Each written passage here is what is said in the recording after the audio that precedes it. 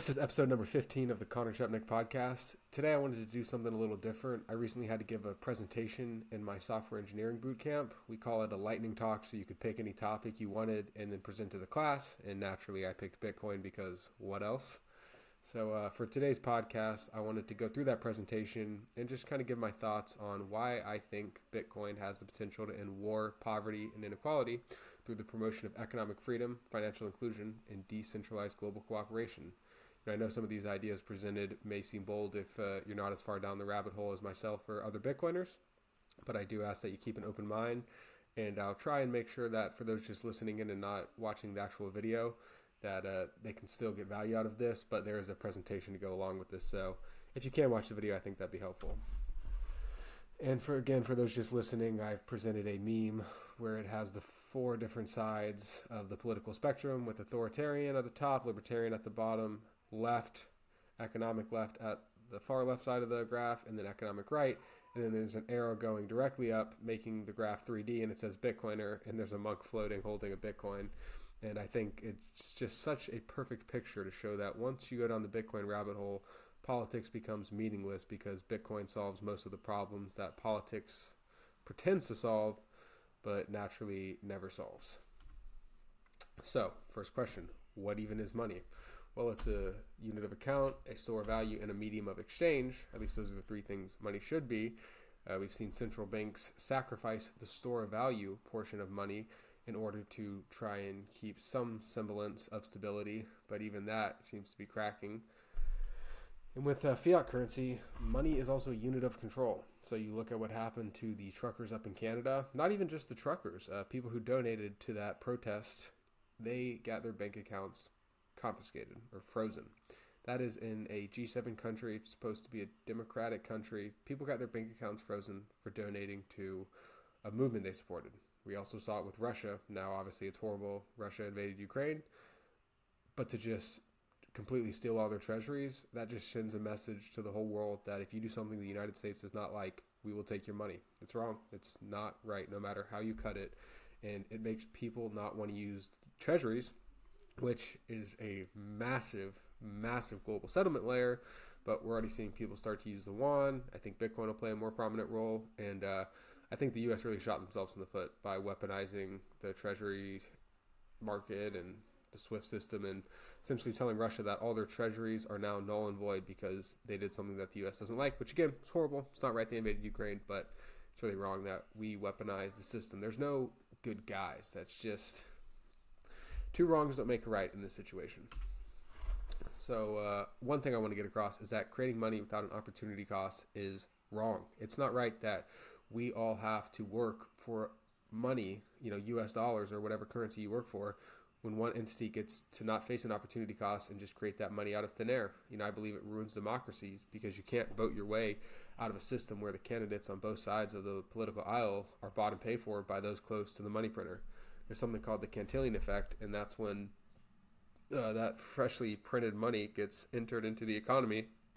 Those who have first access to it benefit the most because they can use that money to buy people's times, attention, goods and services, whatever they want. It's deeply wrong that one entity gets to do that, and I think Bitcoin fixes that. It would make it so everyone faces an opportunity cost if they want to acquire money.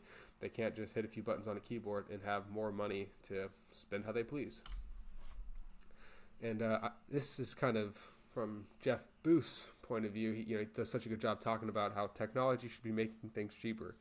With the ability to do more in less time because technology made us all more productive. Naturally, the price of goods and services should fall. And when I say technology, I mean I'm not just talking about AI and social media apps and our laptops. I mean tractors. And think about how much the tractor was able to make farming easier for the farmers. They could produce so much more with so much less because they didn't have to rely on horses. Or think about, anyone who drives a car, how much more efficient that is for getting around the city than would be horses.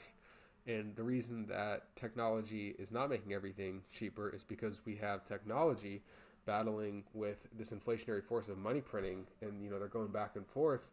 And I think in the past couple of years, obviously, we've seen such a ridiculous amount of money printing that inflation is running rampant, but realistically, the price of everything should be falling because technology should be making goods and services across the entire economy cheaper. And for those just listening, I have a picture of a meme up that says they got you fighting a culture war to stop you from fighting a class war. And it's a guy wearing a MAGA hat with a woman with purple hair arguing inside of what looks like a fish tank. And observing them from the fish tank is a banker smoking a cigar looking in on them. And, it's a great meme for, I think, the United States political system. I mean, you have people just watching on, and as long as people are divided, bickering over issues that don't really get to the core of the problem. They're focused on problems that I'm sure both sides are passionate about, but problems that would be fixed if we essentially had a system where everything was getting cheaper and people could buy more and their money was actually a decent store of value. But when it's not, you have all these people who want to point fingers and blame the other side, when realistically I think it's those controlling the money printer who are the ones to blame. So why does Bitcoin fix this? For a couple reasons, but the first thing is it has a fixed supply of 21 million Bitcoins. Currently I believe there's about a little under 19.5 million Bitcoin distributed already. But anyone can check that there will always be a fixed supply of 21 million Bitcoins. You can verify the source code for yourself. And if you don't know how to verify source code, well, learn so you can verify that there will only be 21 million Bitcoins. Don't trust, go verify. And, Bitcoin encourages saving and long-term thinking. I'm going to go to the next slide and just show an all-time Bitcoin chart I put up on Google. And if you look at this thing, it is all over the place, up and down. But if you held for long periods of time, your purchasing power has rapidly appreciated. And when your purchasing power appreciates, you can think more long-term because you're saving in something that is just bound to go up in value. In Bitcoin, we love to say it's number go up technology. And a lot of people come to Bitcoin because of the number go up technology, but you stay because you see it's just full of win-win situations. It's a trustless and permissionless network that allows any two parties to cooperate. And I know not everyone is an Austrian economist, but I think if I had to sum up Austrian economics in one sentence, it would be mutual cooperation means both sides trade because they both think they're going to benefit. And I think in our current fiat system, there's a lot of one side winning and one side losing. And Bitcoin fixes that. It allows people to trade and partake in trade where both sides believe they're going to benefit. Some other reasons why I think Bitcoin fixes many of the problems we see today. If we're going to talk about energy, energy is the base layer of civilization. My power went out last night, and it was only for a little bit, and obviously I'm fine, but it was just such a wake-up call how dependent I am on power for my internet connection, for my fridge, to cook food. To get in a car and drive anywhere, you need power, and Bitcoin gets a lot of FUD. There was a recent New York Times piece talking about how Bitcoin is so bad for the environment. But the truth is, Bitcoin can act as a buyer of last resort for energy 24/7, 365. So people love to use this example in the space because it's a great one. But think about flaring. A lot of gas gets flared, natural gas, because there's no one to buy it that makes economic sense. So, these companies could transport it in, but to move all that natural gas and then try and find a buyer, it would not be profitable. These companies are going to lose money if they do that. And companies are there to make a profit. So they're not going to transport this natural gas. So what do? They flare it. When they flare it, it releases tons of methane in the environment. And Bitcoin fixes that because it acts as a buyer of last resort 24/7, 365. So rather than flaring this methane and putting it into the environment, which is not good, Bitcoin can buy up that energy. So it's doing two things. It's helping the business retain some of their purchasing power, actually increase their purchasing power because they're getting to monetize energy that would otherwise be wasted. And it's preventing that flared gas from entering the environment, so there's less methane in the environment. And, there's a bunch of other things on this slide, but the last thing I'll leave you with is someone actually put the Bitcoin white paper in every Mac that is past a certain update. I forget, but it's a few updates back. So in almost every Mac nowadays, if you have a Mac and you run this command in your terminal, and I'll leave it in the show notes because I don't expect people to copy and try and type this in from the slide, but essentially they've hidden a Bitcoin white paper in every Mac going forward, and I just thought that was such a cool little thing because I think what Satoshi was able to do with his white paper and solve the Byzantine general's double spend problem and then just walk away and essentially create a computer network that allows any two people to trade value in a permissionless manner to create a scarce asset in cyberspace that's backed by energy. That's not, obviously I think people love to obsess over the fiat price of Bitcoin, but if you have Bitcoin as your unit of account. 1 Bitcoin equals 1 Bitcoin. And exchanges obviously have a fiat price for it, but Bitcoin was tied to energy and the fact that there was no actual tie to fiat currency. It's just exchanges and I guess market participants who denominate their assets in fiat currency. But Bitcoin is just it's an energy system, more or less. It's a system where people can expand energy and mine Bitcoin and monetize stranded energy, and it's beautiful. So, I talked about verifying how many Bitcoin exists, and I pulled this data from my Bitcoin node about a week ago, so it's a little bit outdated, probably by the time whoever's watching this is watching this. But what you see here is an object, so that's what these curly brackets are up here, and objects in coding have key value pairs. So we see the height, which at the time when I pulled this data was 785,238 blocks. That's how many blocks have been added to the blockchain. There's some other things I have on another slide that I can go over, but I think the most important thing to see is total amount, and that is the key, and the value is 19,345,024 Bitcoin and some Satoshis, 45,773,688 Satoshis. That's how many Bitcoin existed at the time of this. Now, obviously, in the Coinbase, when a block gets added, 6.25 Bitcoin are added. But when I pulled this data, that is how many Bitcoin existed. And the fact that I can check that on my own node is pretty incredible. So just a quick explanation of each key value pair on that slide. The height, like I mentioned, is how many blocks were added to the blockchain.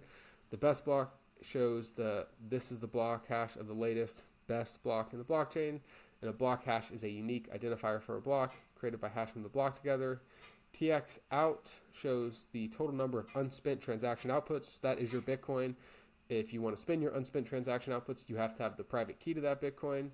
And at the time, it looks like 87,695,135 UTXOs are out. The BOGO size, this is an arbitrary non-technical term representing a size metric. The term BOGO size is used here to denote the total size of the blockchain in bytes or another relevant measurement. Interesting, not really sure what that is. Hash serialized 2, this is the hash of the serialized UTXO set. It provides a unique identifier of the current state of the UTXO set. Interesting. Total amount, which I went over, total amount of Bitcoin in the blockchain, which again is a little under 19.5 million. Transactions, this is the total number of transactions that have been confirmed and included in the blockchain, and that looks like, let me see, 52,258,365. That's pretty cool. 52 plus million transactions have been reported on the blockchain. That doesn't even include things like the Lightning Network and presumably other layer 2 and layer 3 chains that will soon come to Bitcoin that help people settle value. And then disk size, this represents the total disk space used by the blockchain data on disk, measured in bytes. In this case, it looks to be a little over 500 gigabytes. So it's a lot, but that's why I personally bought an old server with 3 terabytes of memory, so I don't have to worry about updating or having to run a prune node or having to update my computer's memory size because the Bitcoin blockchain gets too big. And then another exciting development in the space is Nostr, which I believe Nostr makes Bitcoin even better, more powerful. Nostr stands for Notes and Other Stuff Transmitted by Relay, and at a high level, it's a decentralized social media. It's got distributed ledger technology that's similar to Bitcoin, but Nostr is used as more of a social media app. What's cool is that anyone can run a relay, which you can think of as a server. So if you want to protect all your own data, you can do that. Or if a company wants to run their own private relay just for employees, they can do that. There's so many different use cases. And in Nostr, you can zap people, which is essentially a term used to denote sending people small value, or I guess you can send bigger values. But you can zap people Satoshis, you can zap people Bitcoin, which is incredible. So if you find someone's content valuable online, the friction to send, you're not going to Venmo them a penny or $1, probably not, unless you are obsessed with them. But on Nostr, it's just a couple clicks and boom, you can send them whatever sat amount you want up to a certain amount. Because I think one of the biggest things with Lightning is I think it'll help scale to allow all 8 billion people to use Bitcoin, but the amount you want to be able to send, you have to have that liquidity. So I think for massive amounts, obviously Lightning might struggle with that, but you could always use the layer 1 blockchain. And I'm going down a tangent. Another cool thing about Nostr is there's no username or password to log in. It's just public private key pairs, which is very similar to Bitcoin as well. You have a public key, and that's how people send Bitcoin to your address. You give them your public key, or you use your public key to create addresses, Bitcoin addresses, and then send that to people. And obviously every time you should create a new address to send people so they can't go and see all your past transactions. But it's the same idea. If you want to spend that Bitcoin, you have a private key to that public key pair, and as long as only you have that private key, you control those UTXOs and can decide how to spend them. And same with Nostr. Anyone can use any public key to see what someone's feed looks like, but they have to have the private key if they want to unencrypt DMs or if they want to sign a message and post it to relays. And you interact with relays through clients. So a great client for the phone is Damus. There's another one, IrisTO, I like online.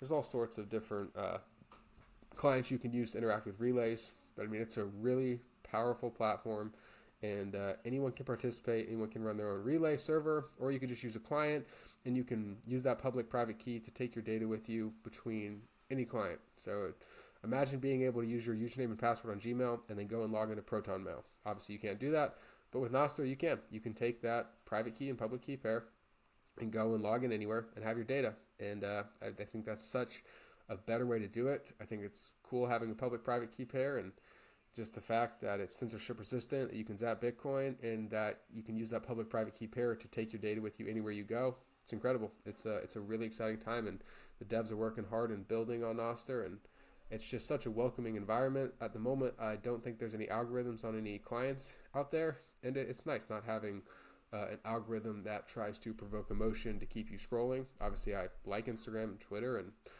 I think there are valuable things you can get out of these social media apps, but I also think that they are beholden to their advertisers and that they don't always have the user's best interest at heart. They're just trying to keep your attention as long as possible. And I think Nostr fixes this in a lot of ways, and I'm so excited to see how Nostr helps Bitcoin become hopefully the next global reserve currency. That's what I'd like to see happen. And, I'll, like I said earlier on, do not trust me. Go verify this for yourself. That's the ethos of Bitcoin. And while I can't go down the rabbit hole for you, I hope at this point you understand why I am so passionate about it. I got a Ron Paul quote up here that says, "It is no coincidence that the century of total war coincided with the century of central banking." I think there's a lot of truth in that. Bitcoin and Nostr fix this. I'm going to play a Guy Swan meme. After this, there is no turning back. You take the purple pill, and the chains of censorship will be... What are you doing? I haven't even explained anything yet. You take the orange pill, and I show you how deep the Bitcoin... But... Did you just take both pills? Let's fucking go.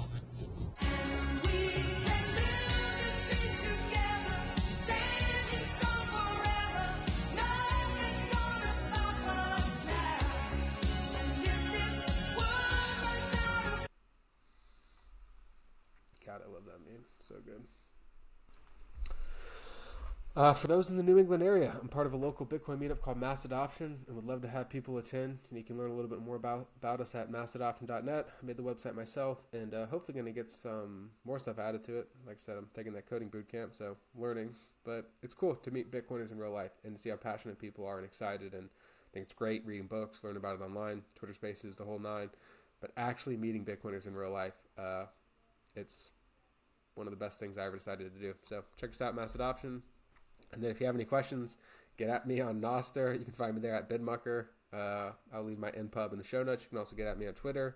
And yeah, don't stop learning. I think it's wrong to assume Bitcoin will just naturally become the next global reserve currency and governments won't fight it and there won't be some turmoil in the interim. But I also think the deeper you go down the rabbit hole, the more you do start to think that Bitcoin is going to fix so many problems of the world, and it's just going to create all these win-win situations. And I think even those in charge of the money printer, who are obviously incentivized not to give that power up, will naturally end up having to give up that power and embracing Bitcoin at some point, because the game theory, the incentives of this network are just so beautiful. And I'm so grateful that Satoshi was able to free humanity from the shackles of money printing and a system where one entity can create money out of thin air that everyone else has to work for. So hope you enjoyed this episode. I know it's a little different than what I usually do on the podcast, but I enjoyed making this PowerPoint presentation. I enjoyed Orange Pill in my class, and I hope you found some value for it. If you did, send me some sats over Fountain. That's another great value for value app. Value for value is kind of the whole model that Nostr incentivizes, and it's an exciting time to be a Bitcoiner. So many things are coming. You can earn sats back on your credit card, and Lolly, S-Miles. There's so many different games. So if you want to earn sats without having to part with your fiat currency, I'll leave a link to some of that stuff as well. You can use Fountain. If you listen to certain podcasts, you'll get stream sats. So yeah, there's just so many ways to earn sats right now. And we're going to look back on this time and just be amazed at all the opportunities to earn sats. And if you don't take advantage of it now, well, you have no one to blame but yourself. We all get Bitcoin at the price we deserve, right?